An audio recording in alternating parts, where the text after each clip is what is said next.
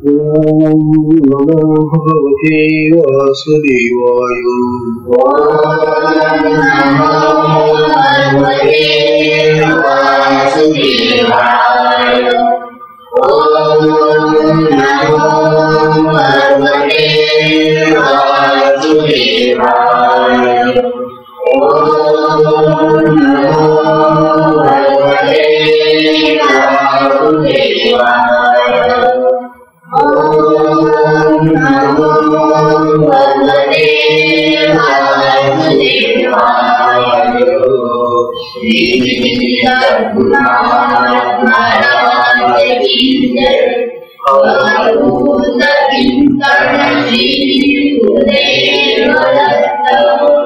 परम पूज्य श्री सद्गुरु स्वामी श्री ओम तीर्थ महाराज की जय।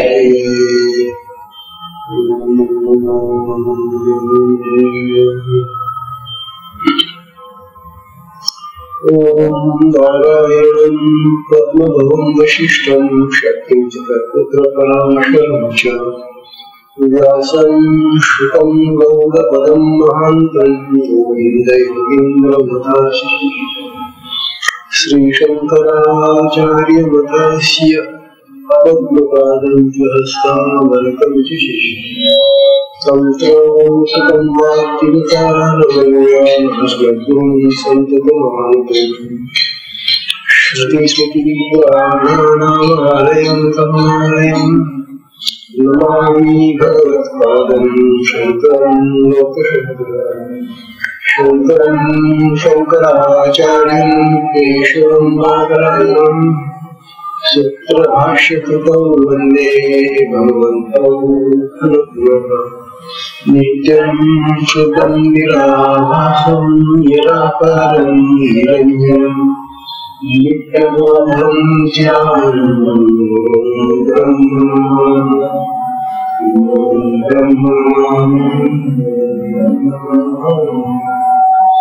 ईश्वरो गुरुरात्मेति मूर्तिवेदविभागिनि योगव्यक्तदेहाय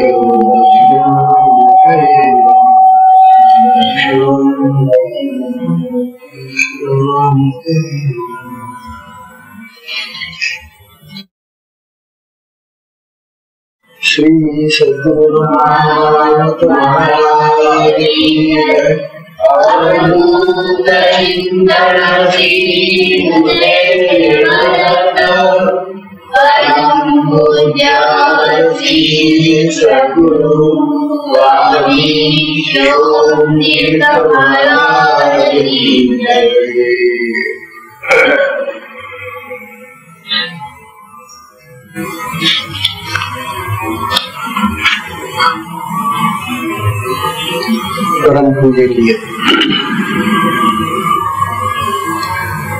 परम पूजनीय श्री सद्गुरु स्वामी शिवतीर्थ जी महाराज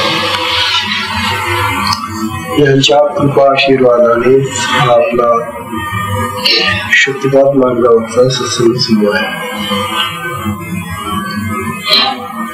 काल आपण विषय चाललेला होता दीक्षेनंतर साधकाचं कर्तव्य काय असतं। दीक्षा हा एक समारंभ होऊन जातो आणि त्या समारंभामुळे अनेक साधक सहभागी झाले असल्यामुळे ज्या शिष्यांनी दीक्षा घेतलेली आहे ते जर चटकन निघून गेले दुसऱ्या दिवशी आणि असं होतं बऱ्याच वेळेला ते जर निघून गेले तर पुढे त्यांचा परिचय होत नाही। एक मोठे लोक त्यामुळे गुरु आणि शिष्याच्या मध्ये दुरावा निर्माण होतो। दीक्षा केली ते 2 तास साधन होतो या ठिकाणी, परंतु त्यानंतर जर हा साधन तुला भेटलाच नाही तर त्याला जो शक्ती संचाराचा काही अनुभव आला किंवा आला त्याचे काय अनुभव आहे हे सांगण्यासाठी तो जर भेटू शकला नाही तर ती दीक्षा आणि त्या दीक्षेने प्राप्त होणारा जो लाभ आहे तो मंद होता होता होता होता काही दिवसांनी समाप्त होऊन जातो आणि तो साधक सर्वसामान्य माणसाच्या स्तरावर येऊन बसतो. म्हणून शिष्याचं कर्तव्य काय आहे हे काल आपण पाहत होतो की दीक्षा घेतल्यानंतर त्या दिशेने आपल्याला काय लाभ झाला, आपल्याला शक्ती संचाराचा कोणता अनुभव आला किंवा नाही आला, या सगळ्या गोष्टी गुरुच्या पुढे निवेदन केल्या पाहिजे. हे जर त्याने सांगितले आणि केलं नाही तरी पुन्हा त्या शक्तीला चालना देण्यासाठी गुरुला जो काही करायचं असलं तर ते होऊ शकत नाही. किंवा अशी चूक, अशी गलती, अशा चुका, असे प्रमाण घडू नये म्हणून साधकांनी लक्ष असावं.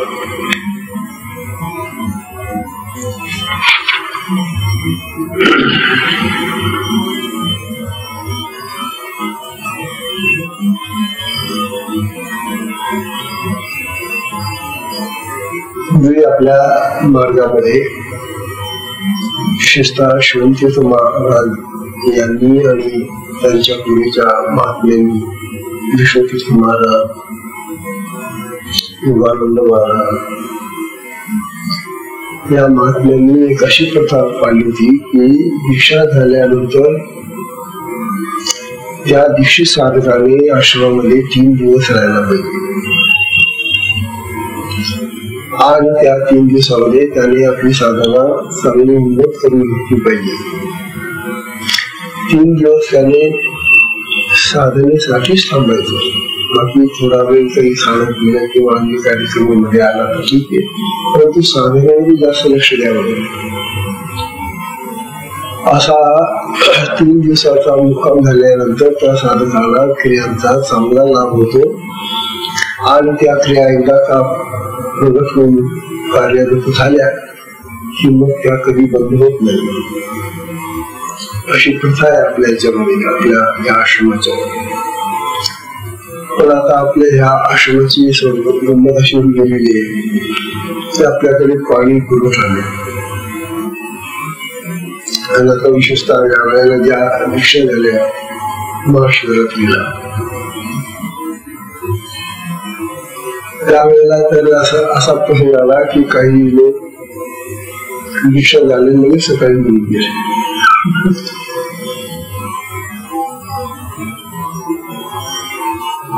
अशी जी स्थिती होते ती खरोखर विचित्र आहे. त्यामुळे त्या साधकाला दीक्षेचा जो लाभ व्हायला पाहिजे तो त्याला होत नाही आणि गुरुलाही समाधान वाटत नाही. आपण याला दीक्षा तर दिली नाही, परंतु या दीक्षेचा काही फायदा झाला का याला? आता ही अशी अडचण आपल्याला या कदाचित निसर्गामुळे आलेली असल्यामुळे आपण बघा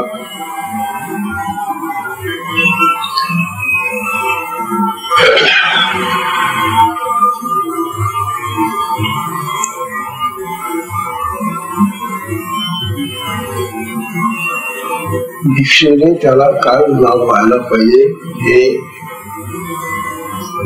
तंत्रातल्या काही श्लोकांमध्ये सांगितले गेले. तंत्र हा तंत्र मार्गातला एक अतिशय उत्तम ग्रंथ आहे आणि या ग्रंथामध्ये आपल्या शक्तिपात मार्गाचं खूप वर्णन आलेले आहे.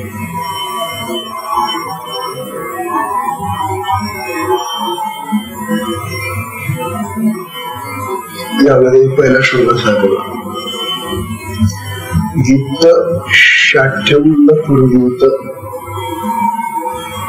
यदिच्छे सिद्धी आत्मना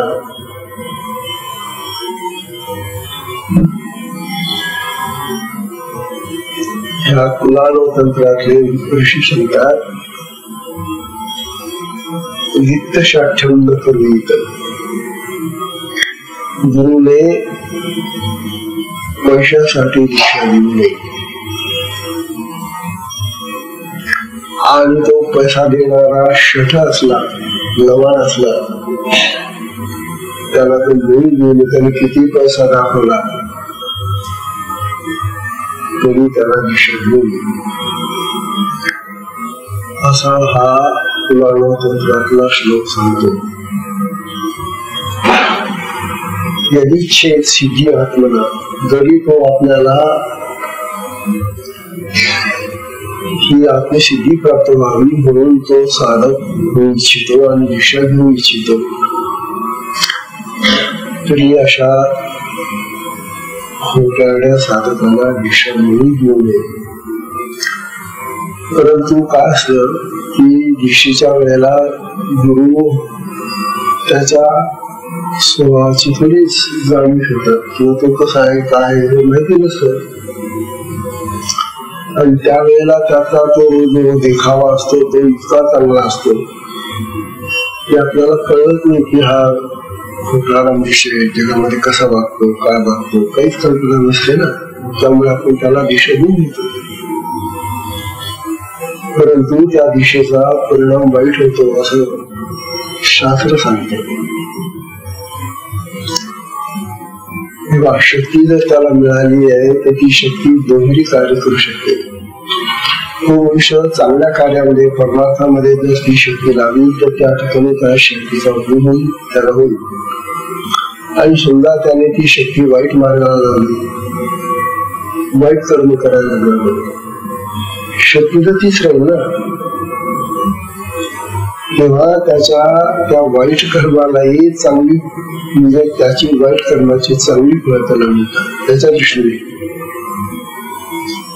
म्हणजे तो त्या वाईट कर्मामध्ये यशस्वी होत जातो. आता सांगा तुम्ही, असा साधक जर जगामध्ये वाईट कर्म करून नाव मिळवायला लागला, मोठा व्हायला लागला, नावलौकिक मिळायला लागला आणि ते सांगत होतो की मला अशा अशा दिशा दिली, त्यामुळे गुरुंना बदनाम व्हावं लागतं त्याच्यामध्ये. म्हणून वित्त शाठ्यम न कुर्वीत असा निर्णय आपल्या शास्त्राचा. परंतु तो शाठ्य आहे का शहाणा आहे ही गोष्ट त्यावेळेला आपल्याला कळत नाही. त्यानंतर हे ऋषी सांगतात, पश्चात निवेदये देवी स्वात्मानं स परिचिरन्ति आददीत गुरो मंत्रं ज्ञानश्च कर्मणि. तथापि त्याला त्यावेळेला दीक्षा देताना गुरुंना हे सगळं द्यावंच लागतं. त्याला मंत्र द्यावा लागेल, त्याला त्या मंत्राच्या सहाय्याने संकल्प करून ज्ञान प्राप्त व्हावं अशी इच्छा करावी लागेल आणि त्याच्या कल्याणाची इच्छा गुरुला करावी लागते. म्हणजे गुरुचा संकल्प काय आहे आणि शिष्य त्यावेळेला त्या संकल्पाने युक्त होऊन दीक्षा घेत असतात. तेव्हा तो कसा जरी असला काही असला तरी त्यावेळेला त्याचं ते वाईट स्वरूप वगैरे लागलं आल्याने आणि ते पाहिलं न गेल्याने त्याला दीक्षा होते. आता हा अपराध झालेला आहे, हा गुरुचा आहे की शिष्याचा आहे. गुरुला कळलं नाही तो कसा आहे आणि शिष्याने तो ढकलून ठेवलेला आहे, त्यामुळे कोणी दिलं नाही, असा हा प्रकार असतो. काही असलं तरी त्यावेळेला गुरुला त्याला दीक्षा द्यावीच लागते. त्यानंतर पुढे सांगतात, भक्त्या तुष्टेन गुरुरामचे यहा प्रतिष्ठा उपालुवा कर्म मुक्तो भवे शिष्य मुक्ती मुक्तो भाग्यम. नंतर जे चांगले शिष्य असतात त्या चांगल्या शिष्यांना सुद्धा गुरु भक्ती मार्गाला भगवंताच्या भक्तीला लावतात. नंतर त्याच्यावर कृपा करतात. त्याला कर्मामध्ये त्याची जी काय प्रपंचाची जीवनाची काही कर्म असतील त्या कर्मामधून त्याला यश मिळत जावं, त्याच्या हातून शुभकर्म होत जावी असा गुरूचा संकल्प असतो. आणि शिष्याची नेहमी गुरु नेहमी हीच इच्छा करतात की तो भक्ती आणि मुक्ती प्राप्त होऊन सफल व्हावा जीवनात. त्याला या जीवनातलं सगळं ऐश्वर्य मिळावं आणि परमार्थातलं ऐश्वर्य त्याला प्राप्त व्हावं अशी गुरूची सदिच्छा असते. आणि मग गुरु संतोष मात्रेण सिद्धिर्भवति शाश्वती. आणि खरोखर जर गुरुला संतोष देणारा असा तो शिष्य असला तर त्याला दिलेली ही जी दीक्षा आहे ही शाश्वत दीक्षा होते. शाश्वत म्हणजे कधी नष्ट न होणारी, अखंड राहणारी, अमर राहणारी अशी दीक्षा असते. अन्यथा अनन्य सिद्धीच्या अभिचाराय कल्पते म्हणतात. नाहीतर मग त्याला अशा प्रकारची सिद्धी देणारा जगात कोण म्हणून सद्गुरु त्याला भक्ती आणि मुक्ती देऊन त्याच्या जीवनाला विशिष्ट करतात जगामध्ये. तेव्हा तात्पर्य असं या सगळ्या श्लोकांचं की दिशा घेतल्यानंतर गुरुंशी आपला संबंध मधून होत राहिला पाहिजे. ज्या ठिकाणी आपण दीक्षा घेतो त्या ठिकाणाला वर्षातून एकदा तरी भेट दिली पाहिजे.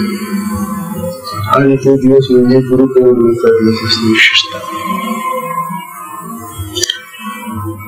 पुन्हा आणखी असं आहे की घरी गेल्यानंतर घरातलं जे वातावरण असतं ते वेगळं वातावरण असतं आणि आश्रमातलं जे वातावरण असलं ते वेगळं वातावरण असतं.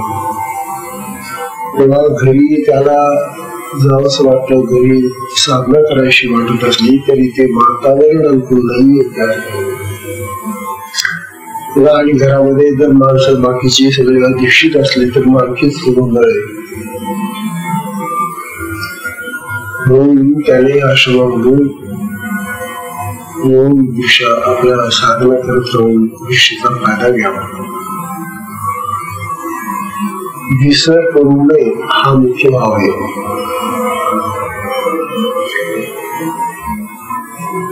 जो गुरुला विसरला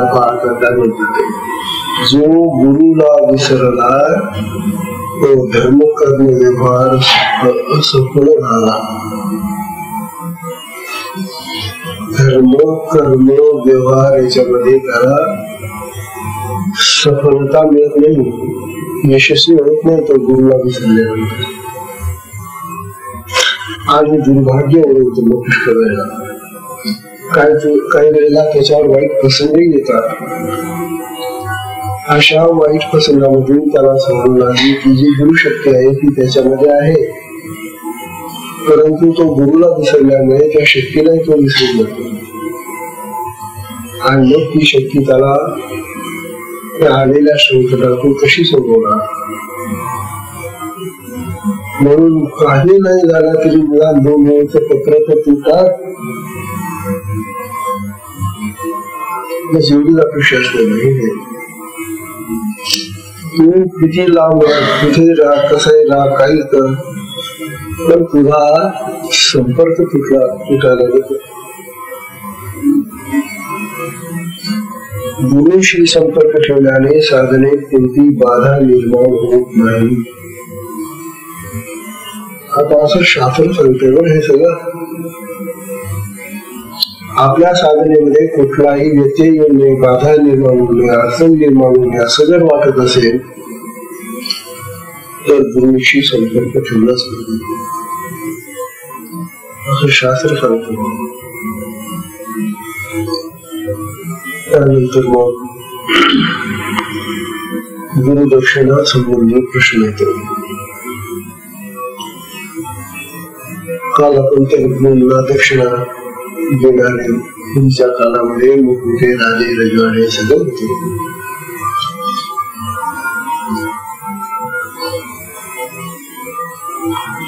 गुरुवे दक्षिणा दद्यात् प्रत्यक्षाने स्वामिने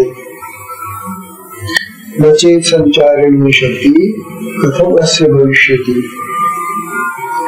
तथ उत्थाय गुरुवे यथा शक्त्यानुसारतः दक्षिणा स्वफलम वापी दद्यात् साधकान् स्वफलम. हा श्लोक असं सांगतो, अरे बाबा, दीक्षा घेऊन गेल्यानंतर तू आता बराच काळ गुरुपासून दूर राहिला, परंतु गुरुला विसरू नको. म्हणून गुरुला दक्षिणा स्वरूप भेट काही ना काहीतरी रूपात तू द्यायला काही देतो. असं द्यायला पाहिजे असं नाही, पण काही ना काहीतरी तुझं स्मरण म्हणून आणि गुरुचं स्मरण म्हणून दक्षिणा असते आणि ही दक्षिणा गुरुला द्यायला पाहिजे असं शास्त्र सांगतं. यथा शक्त्यानुसारता असं म्हटलं गेलं. तुझी जशी शक्ती असेल, जशी इच्छा असेल, जशी पात्रता असेल, जशी मर्यादा असेल त्याप्रमाणे हा खुशीचा स्वखुशीचा भाग आहे. यामध्ये कुठल्याही तऱ्हेचा बोजा टाकण्याचा भाव नाही, तुला अडचणीत आणण्याचा भाव नाही. आपल्या कमाईमधून, आपल्या निर्मितीमधून आपण जे कमवतो त्यामधून थोडं तरी तू दक्षिणा म्हणून पुन्हा दान धरून चालला. ज्या गुरूंच्या विषयी तुला आश्चर्यकारक असेल अनुभव आले स्त्रियांचे, ज्यांच्या कृपेने शिष्य धर्मार्थ काम आणि मोक्ष प्राप्त करून घेऊ इच्छितो, असा प्रत्यक्ष अनुभव देणाऱ्या साधनेचा लाभ तुला झालेला आहे. म्हणून दीक्षा घेतल्यानंतर गुरूंना काही ना काहीतरी दक्षिणा द्यायला पाहिजे, अशा प्रकारचा विचार या श्लोकावरून सांगण्यात आला. याबद्दल काल आपण पाहिलं बराच.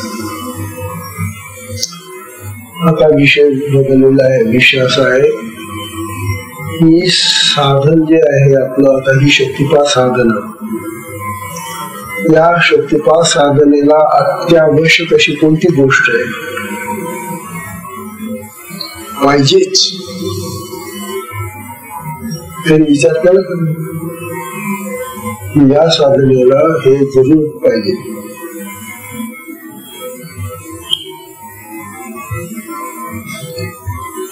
काही चिंता करू नका, फार सोपी गोष्ट आहे. काय पाहिजे या साधनेला? अरे बसायचा तुकडा नोकरीचा, त्याला आसन म्हणतात. हे आसन प्रत्येक साधकाचं असलंच पाहिजे. ज्याने दिशा घेतलेली आहे त्या दिशार्थी साधकाला आसनावर बसूनच साधन करायला हवं. ही अत्यंत आवश्यक गोष्ट आहे. आणि आश्चर्य मला वाटतं की आपल्या इथंच काहीतरी अशी गडबड गोंधळ बोललेलं आहे. कोणी कोणाचं असं घेऊन बसलो आले नसला ना, आणि इथे ठेवला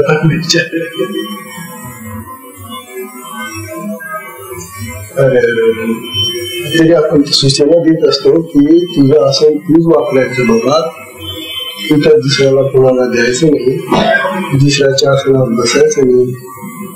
आपलं आसन आपल्याला सांगण्यासाठीच असतं, इतर कामालाही वापरू नये. किती आपण सूचना देतो आधी, पण या आसनाबद्दल काय गोंधळ निर्माण होऊन गेला आपल्या इथे झालेलं आहे.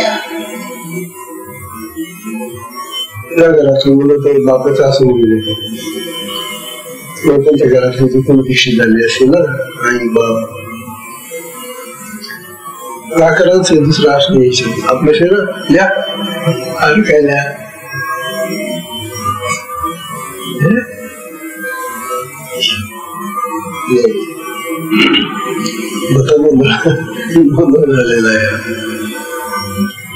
आणि मग आसनाचंच महत्व जर राहिलं म्हणजे या साधकाला तर तो काय कसं काय झालं ती साधना कशी काय चांगली जमेल. बघा आपला संबंध आसनाशी फार आहे. हा संबंध हा तुकडा नोकरीचा एकदा घेतलं की पुष्कळच जात नव्हते नुसतं बसायचं कसं त्याच्यावर. मग असं हे जे आसन आहे ते आपलं स्वतःसाठीच पाहिजे. ते इतरांना द्यायचं नाही, इतरांचं आपण घ्यायचं नाही. असा हा आसनाचा जो नियम आहे साधनेमध्ये तो सगळ्यांनी पाळला पाहिजे.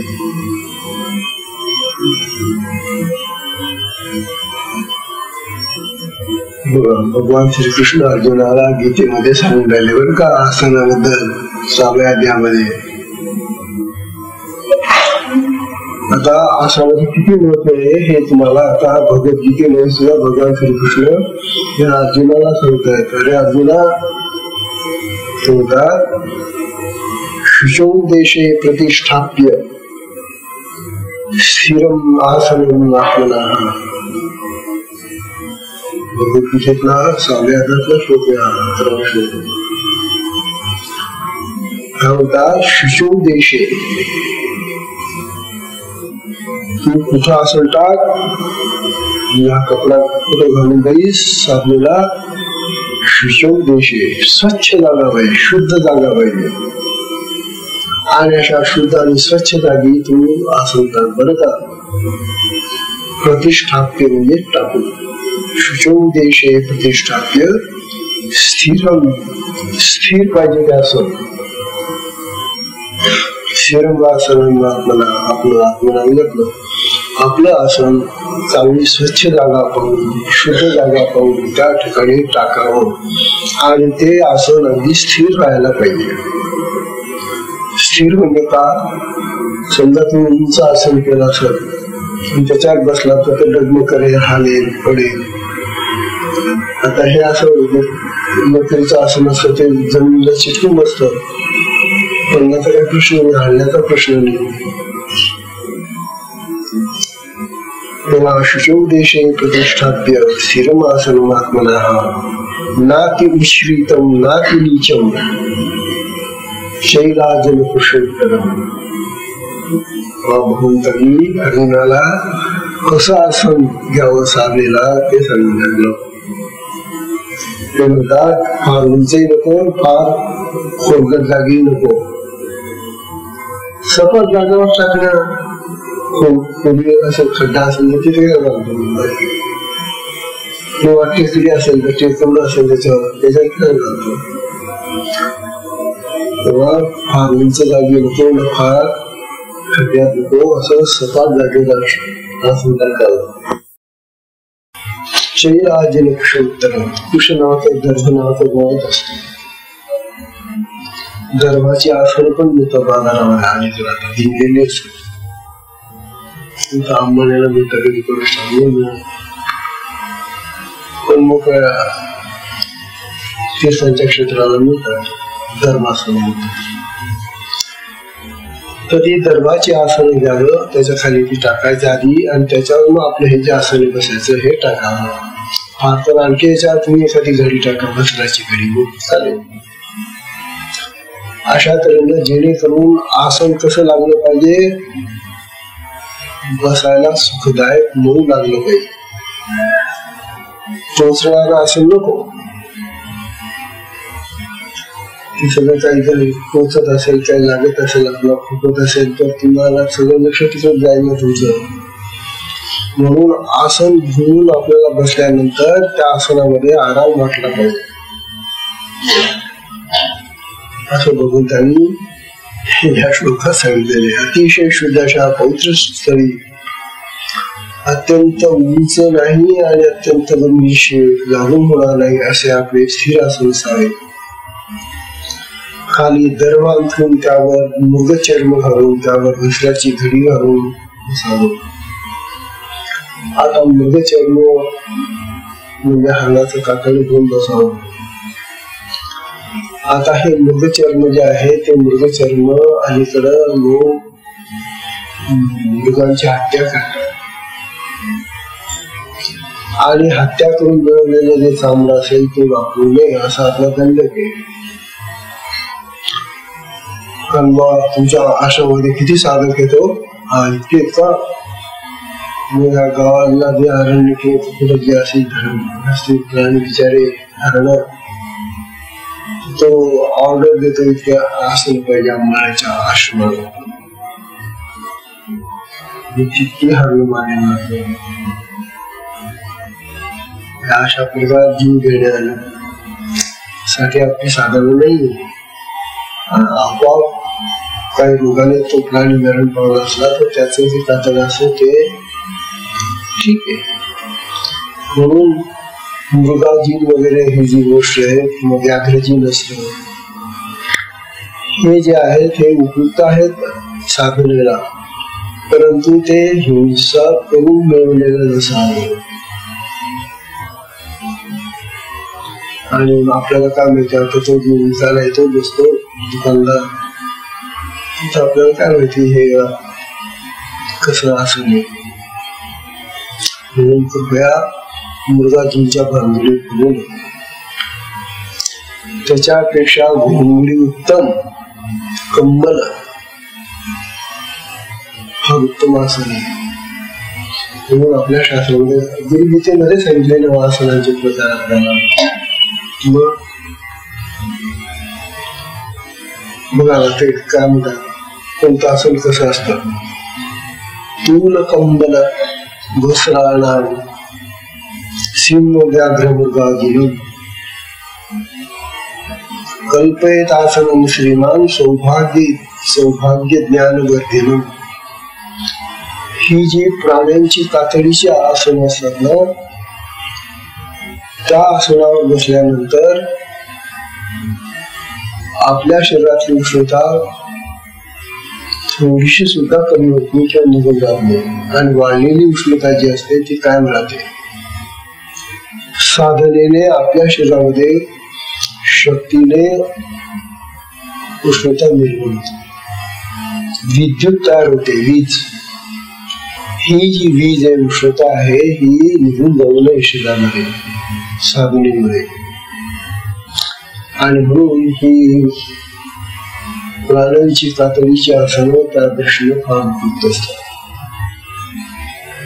मग ती कसले तर सांगतात कंबल वस्त्राणाम सिंह व्याघ्र मृगाजीन. सिंहाची कातडी करून घेतात, कोणी वाघाची घेतात, कोणी मृगाची घेतात. विनाकाच्या कातड्यांच्या आसनावर बसून साधना करतात. पूर्वीच्या काळी घनदाट जंगल होती, त्या प्राण्यांना भरपूर वाव होता, खूप प्राणी राहायचे आणि मधून पडायचे काही ठिकाणी ते प्राणी. मग त्यांची ती कातडी लोकांना मिळायची. तेव्हा या आसनांनी काय होतं म्हणे कल्पयत आसनम श्रीमान सौभाग्य ज्ञानवर्धन. असल्या प्रकारच्या आसनावर बसून साधना करण्याने त्याला सौभाग्य प्राप्त होतं आणि ज्ञान प्राप्त होते. ज्ञानवर्धन त्यातल्या त्या मृगाजीनांपैकी काळ्या मृगाचं जे आसन असतं ते जास्त लाभदायक आहे. काळा रंग आसनाचा, बाकी या आसनाचा काळा रंग चांगला नाही. मृगाजीनाचा काळा रंग पाहिजे. कृष्णाजीने म्हणून त्याला म्हटले कृष्णाजीने. कृष्णाजीने ज्ञान सिद्धी. तेव्हा काळ हरण जे असतं ना त्याचं जर कातड मिळाला असं म्हणून तर आपल्याला चटकन ज्ञान प्राप्त होतं. आपण स्थितीकडे जायला जास्त मदत होते. कृष्णाजीने ज्ञान सिद्धी मुक्तीस्यात व्याघ्रचर्म. वाघाच्या कातड्यावर बसून साधना केल्याने चटकन मुक्त होतो तो मनुष्य, मुक्ती प्राप्त होते. लोक वाघाला मारायचं न मारलेला वाघ त्याचाच अमृत आहे. ते कसं मिळेल आपल्याला? त्यानंतर वस्त्रासने, वस्त्र म्हणजे कापड, पण हे जे कापड आहे हे सुताचं कापड नसावं, हे नोकरीचं कापड पाहिजे किंवा रेशमी कापड असतं. आधी खाली जे टाकायचं ते आपल्या शरीरातली उष्णता किंवा वीज वाहून जाऊ नये म्हणून कंबळ किंवा नोकरीच आसन चांगलं. म्हणून अशा आसनावर बसल्यानंतर आपल्या शरीराला व्याधी लागत नाही. व्याधी म्हणजे रोग. कुठल्याही प्रकारचे पाय आखडणं, पायामध्ये काही जाडता निर्माण होणं किंवा आणखी काही रोग निर्माण होणं, व्याधी नाश होते. कंबल हे दुःख मोचणे आणि सगळ्यात उत्तम आसन म्हणजे कंबळ, कांबळ, घोंगडी. आणि ती घोंगडी जर पांढरी मिळाली तर फार होतं. पांढऱ्या घोंगडीचं आसन सगळ्यात उत्तम. आणि आपल्या देशामध्ये ती मिळतात. तर त्यामुळे त्याच्या मेंढ्याला मारावं लागत नाही. हे जे कंबळ तयार करतात त्याच्यासाठी मेंढ्या मारतात का? ते नाही, फक्त त्यांचे फेमसचे केस कापून घेतात. त्यामुळे कंबळ हे जे आहे ते आपल्याला आसन म्हणून फार उपयुक्त आहे आणि त्याच्याने साधना चांगली होते. कुठल्या प्रकारचं दुःख निर्माण होत नाही असं सांगितलं जातं. एक गोष्ट मात्र नेहमी लक्षात ठेवा, आपण आसन तर घेतो, परंतु आसन जास्तीत जास्त किती मोठं घेतो? माझं 2-3 फूट लांबून घेतो. परंतु साधनेमध्ये जेव्हा आपल्याला उग्र क्रिया होतात, त्या उग्र क्रियांच्या वेळेला ते छोटस आसन आपण कुठेच्या कुठे सोडून जातो, तरी आपला त्या क्रिया सोडून जातो जमिनीवर. अशा वेळेला जमिनीचा स्पर्श आपल्याला होत असतो किंवा भिंतीला टिकून बसत काही लोक. तेव्हा जमीन, भिंत, माती यांचा आश्रय साधनेमध्ये नसावा. परंतु त्या क्रियांच्या वेगामध्ये आपल्याला काही भान नसतं आणि मग आपण जमिनीवर उड्या मारतो, जमिनीवर घुसतो, काय होतं. तेव्हा प्रत्येक साधकाने एकतर आसनावर बसून साधन केलं पाहिजे. आसनाशिवाय साधन करू नये. आणि मुख्य म्हणजे असे, ज्या वेळेला परगावचे लोक येतात, जेव्हा ते आश्रमाला यायला निघतात, आश्रमाचं नाव काढल्याबरोबर आसनाचं स्मरण व्हायला पाहिजे. कुठे चालला हो? आश्रमात चाललो. आश्रम म्हटलं की लगेच आसन बरोबर पाहिजे. मग तिथं काय करणार म्हणतं, तो आसन घेतला नाही ना तू विचार सर्व साधन करणार. आता खाणपिण झालं, अंगणी झालं, आता साधना करणार. अहो महाराज आसनच राहिलं आमच्या घरी. मग आता तो असं म्हणत नाही कोणाला नवीन आसन घ्या. आता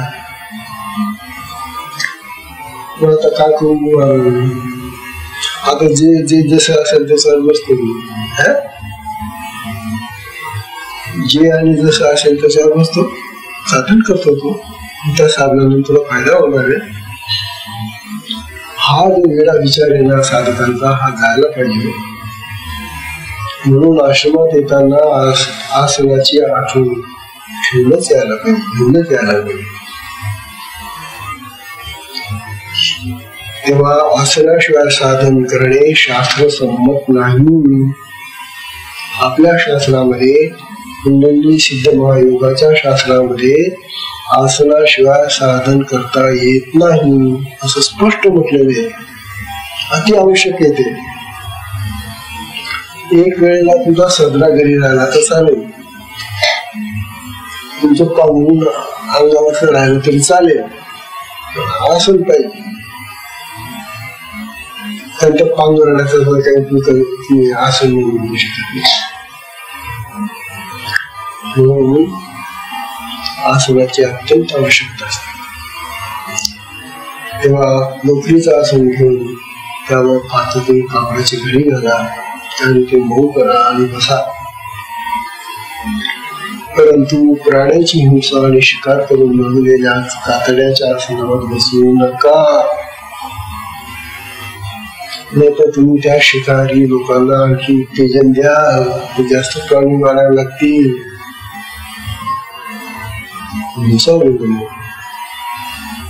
म्हणून प्राण्यांचा जे चामडं असेल ते चामडं जुना शिकारीने जर मिळालं असेल, आपोआप मरण पावला असेल ते प्राणी, तर मग ठीक आहे. पण आपल्याला काय माहिती कसं मिळावं. तेव्हा नैसर्गिक मृत्यू आलेल्या प्राण्याचंच कातड वापरा असं. त्यापेक्षा बाबा कंबळ, तांबडं, भोंगी असं पांढऱ्या रंगाचं आसन चांगलं असं ते वापरा. आसन आपण जे घेतो वापरतो ते वापरण्याचं अन्य कामासाठी नाही. आसन हे आपलं साधनेसाठी घेतलेलं असतं आणि त्याच्यावर बसूनच साधन करावं लागतं. म्हणून साधनेसाठीच त्याचा वापर करायचा. काही लोकांच्या आता मान देवपूजा करायच्या वेळेस घेतलं तर काय अर्थ नाही. देवपूजा म्हणजे तुझी साधना आहे का? शक्तिपात साधना आहे तुझी. ते जर वेगळं कर्म असेल तर त्यासाठी तू वेगळं घेणं तू असं पाठ घे. तू घरामध्ये जे काय तुझं असेल एरवी त्याच्यापासून तू बाकी पूजा पाठ वगैरे करणं. पण जे साधनेसाठी असं नाही, ते साधनेसाठीच वापरलं पाहिजे असा दंडक आहे, नियम आहे. इतर कुठल्याही कार्यासाठी आम्ही काही त्या यज्ञामध्ये घेत जातो आणि तिथं हवन करावं लागतं ना. मग त्या हवनासाठी बसावं लागतं तिथं आसन टाकून बसावं लागतं. तिथं लोक आपलं आसन घेऊन बसतात. मग काय वाईट कामं करायला बसवलं. अरे वाईट नाही, चांगलं नाही, पण तू त्या ठिकाणी आपली साधना करण्यासाठी बसला होता का? काय करावं होता? या लोकांना काही कळत ते असं म्हणतात असं नाही ना ते. मग बसा. तेव्हा आपल्या साधनेसाठी घेतलेलं आसन आपल्या साधनेसाठीच वापरायचं. हा दंडक आहे, हा नियम आहे. तेव्हा ज्यांच्या आता तुम्ही लोक तुम्हाला सगळं माहिती असल्यामुळे तुम्हीच ऐकणारे भेटले काय करणार. पण ज्यांना ठळक नाही, माहिती नाही, त्यांनी खरं ऐकलं पाहिजे. त्यांच्या डोक्यात काही उजेड पडेल असो.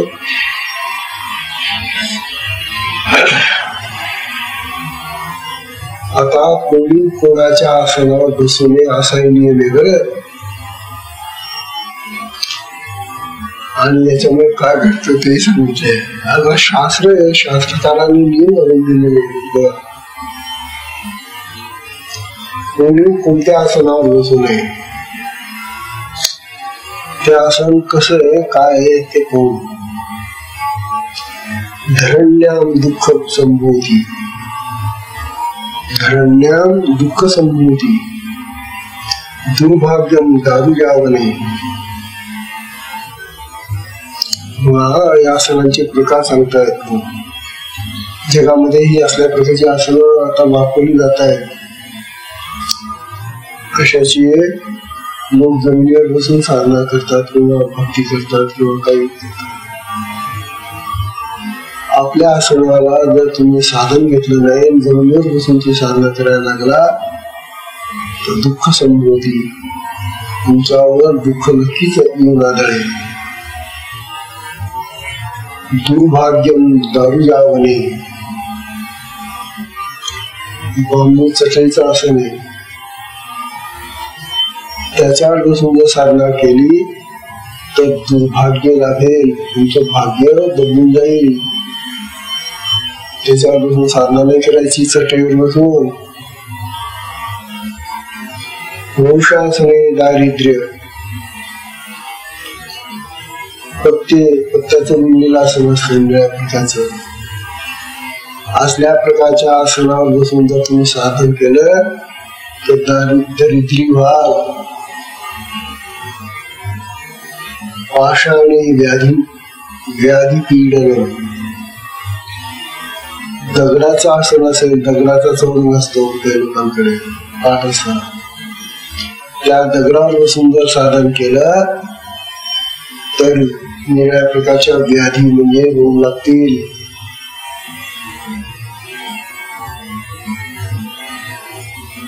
जप ध्यान तपो हानी जायते वस्त्रासने. बघा, हे जे कपड्याचं म्हणजे स्वतःचं आसन आहे ना, त्यावर बसून जर जप केला, मंत्र जप केला, काही करा तुम्ही कुठलेही, त्यामुळे हानी होईल. जप ध्यान तपो हानी जायते वस्त्रासने. म्हणून वस्त्रासनावर बसून साधन काय, साधा मंत्र जप सुद्धा चालणार नाही तुमचा, करू नये. पण मंत्र जपामध्ये सुद्धा उष्णता निर्माण होते, शक्ती निर्माण होते. जपाने विद्युत शक्ती निर्माण होते आपल्या देहामध्ये. म्हणून ती शक्ती अशी वाया जाऊ नये, निघून जाऊ नये म्हणून वस्त्रासन चालत नाही. आणखी काय म्हणता बघा, ना दीक्षितो विशेषात, जो मनुष्य दीक्षित नाहीये तुमच्या साधनेतला, त्याला तुमचं आसन कधी देऊ नका. लाड दुसरे खूप करा, बाकीचे खाया प्यायचे अन्य दुसरे, त्याला चांगला कपडा द्या घेऊन, पण तुमचं आसन देऊ नका. पूर्ण मागवतो काय दीदी न त्याने थोडस, हा काय दीदी थोडस, असं चालतं का? तेव्हा कपड्याचं आसन म्हणा वापरायचं नाही. आणि हे जे आपलं नोकरीचं आसन आहे, हे तर अशा तऱ्हेनं अधीक्षित माणसाला, अधीक्षिताला देऊ नये, असा पक्का नियम वगैरे. ना दीक्षितो विशेष कृष्णाजीने स्नेही विशेषता यती वानप्रस्थी ब्रह्मचारीच. आणि साधारणपणे ही जी मृगार्जुन किंवा व्याघ्रर्जुन जी असतात, ही या 3 प्रकारच्या लोकांसाठी असतात. ग्रहस्थाश्रमी लोकांसाठी नव्हती. व्याघ्रजीन, मृगाजीन किंवा ही जी आजीन असतात ते कोणासाठी असतात? यती म्हणजे संन्याशी, वानप्रस्थी ज्याने आता वानप्रस्थ स्वीकारलेला आहे, म्हणजे तो निवृत्त झालेला संसारातून, किंवा ब्रह्मचारी. ब्रह्मचारी प्रकारची दीक्षा ज्याने घेतलेली आहे, ब्रह्मचारी, संन्याशी आणि वानप्रस्थी, या 3 प्रकारच्या लोकांनीच फक्त ही जीनांची म्हणजे व्याघ्र, मृगाजी वगैरे ही आसनं वापरावी. ग्रहस्थी माणसाने ही आसने वापरू नये शक्यतो. किती नियम सांगितले होते आसना संबंधी, किती नियम आहेत. तेव्हा आसनाशिवाय आपला या श्लोकाचा अर्थ आसनाशिवाय खाली जमिनीवर बसून भजन पूजन करू नये. दुर्भाग्य प्राप्त होतं. बांबूच्या आसनावर बसल्याने दारिद्र्य आणि दगडाच्या आसनावर बसल्याने पीडा आणि रोग प्राप्त होतो. गवतावर बसल्याने यशोहानी होते. पानांचं चटई वगैरेच्या बसल्याने भ्रांती निर्माण होते डोक्यामध्ये. केवळ वस्त्रासनावर बसून साधन केल्याने जपध्यान केल्याने त्या जपाचा आणि त्या ध्यानाचा काही लाभ होत नाही. तेव्हा दीक्षाहीन आणि ग्रस्ती माणसाने कृष्णाजीनावर बसू नये. वानप्रस्थ ब्रह्मचारी आणि संन्यासी यांच्यासाठी कृष्णाजीना समजत.